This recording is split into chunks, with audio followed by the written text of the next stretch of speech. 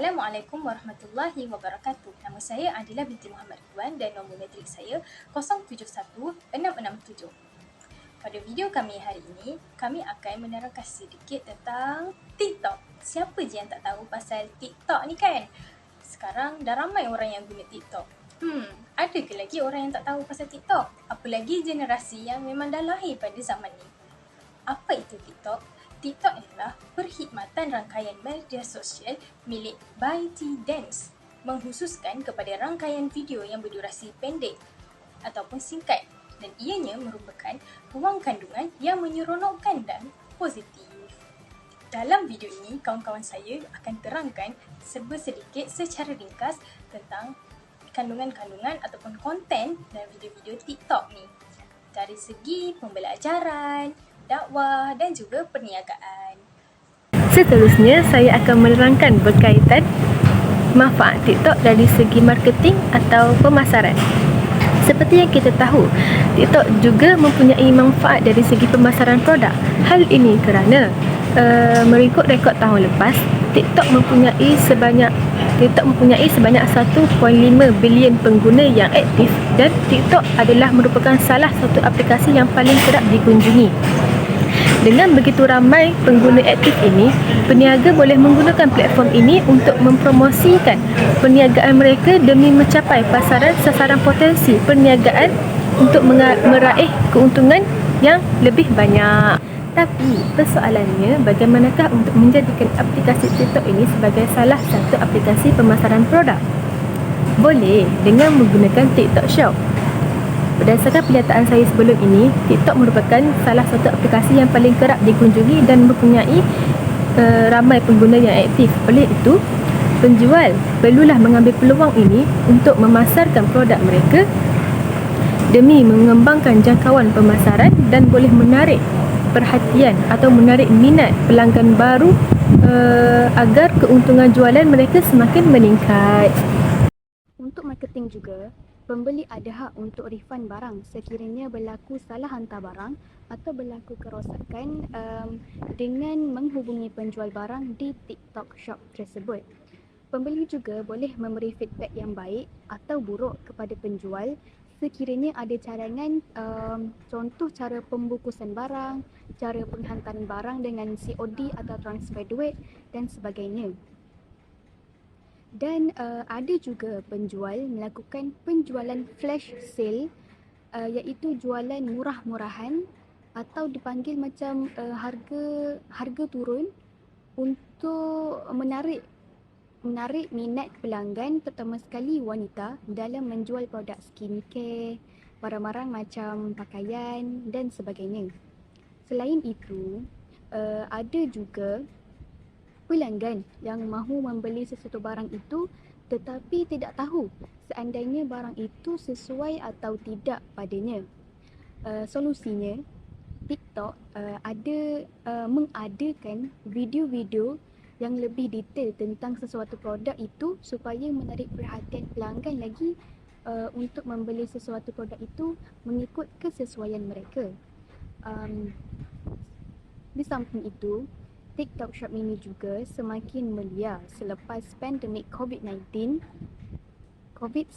di mana pelanggan hanya boleh membeli barang kemahuan mereka di dalam aplikasi-aplikasi tertentu dalam jualan online. Bismillahirrahmanirrahim. Manusia merupakan khalifah di muka bumi Allah SWT. Mereka diperintahkan untuk melaksanakan amar ma'ruf nahi munkar. Apakah itu amar ma'ruf nahi munkar? Amar ma'ruf nahi munkar ini dituntut oleh semua khalifah di muka bumi untuk melaksanakan segala perintah Allah SWT dan meninggalkan larangannya. Okey, apakah tujuannya? Demi menyebarkan ajaran Islam, walaupun orang kata pada zaman globalisasi ini selaras dengan peredaran zaman. Pada era globalisasi ini, terdapat banyak platform yang kita boleh laksanakan sebagai tujuan menyebarkan dakwah. Antaranya adalah televisyen, YouTube, Facebook, Instagram. Salah satu manfaat aplikasi TikTok kepada seluruh dunia ialah penyebaran dakwah. Salah satu kesan penyebaran dakwah ialah dapat menambah ilmu pengetahuan terhadap isu agama seperti ilmu fiqh dan juga ilmu akidah. Hal ini kerana isu tersebut menjadi perbahasan kepada masyarakat di dunia dan juga termasuk umat Islam sendiri kerana masih lagi keliru dan kurang arif dalam bidang hukum hakam agama. Jadi pengguna yang kurang arif ini apabila melihat konten-konten berkaitan dengan hukum hakam agama, jadi mereka dapat lebih mengambil cakna dalam isu agama dan dapat diaplikasikan dengan lebih mudah dalam kehidupan seharian mereka. Kajian yang pertama menunjukkan bahawa aplikasi TikTok ini dapat memberi manfaat dalam aspek pembelajaran. Seiring dengan arus kemodenan zaman, cara pembelajaran masa dahulu dengan masa kini turut berubah.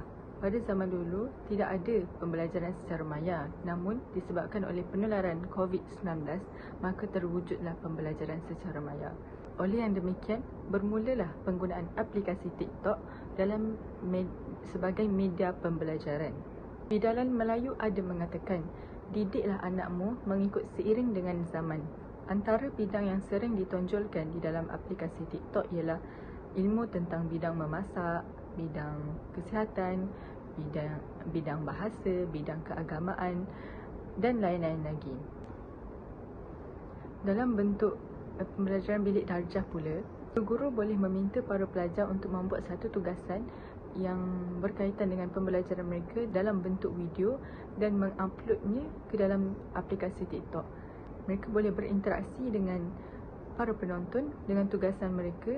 Sejurus dapat meningkatkan semangat motivasi mereka untuk belajar dan dapat mengurangkan rasa kebosanan dalam pembelajaran. Tuntasnya, sebenarnya aplikasi TikTok ini banyak sahaja memberi manfaat dalam bidang pembelajaran, pendidikan, perkembangan minda dan sebagainya.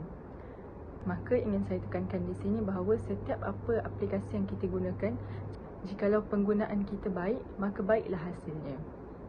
Oleh itu, kita haruslah sentiasa menggunakan apa jua aplikasi dengan cara yang baik dan tidak menggunakannya ke arah benda-benda yang tidak baik. Mungkin ramai yang tertanya-tanya mengapa aplikasi TikTok telah menjadi salah satu aplikasi yang paling ramai penggunanya. Bukan setakat dari kalangan orang dewasa, malahan telah menjadi satu medium ataupun aplikasi pilihan kepada para pendidik dan juga pelajar untuk mereka gunakan sebagai salah satu aplikasi utama bagi mereka belajar dan mencari ilmu. Kerana ada sesetengah pengguna yang memanfaatkan aplikasi tersebut, terutamanya para pendidik yang melakukan video dengan menggunakan kreativiti masing-masing dan dapat menarik minat pelajar untuk lebih mengetahui tentang info-info pembelajaran. Dan kerana inilah aplikasi tersebut telah menjadi salah satu aplikasi yang paling banyak dimuat turun sama ada di Google Play ataupun Play Store.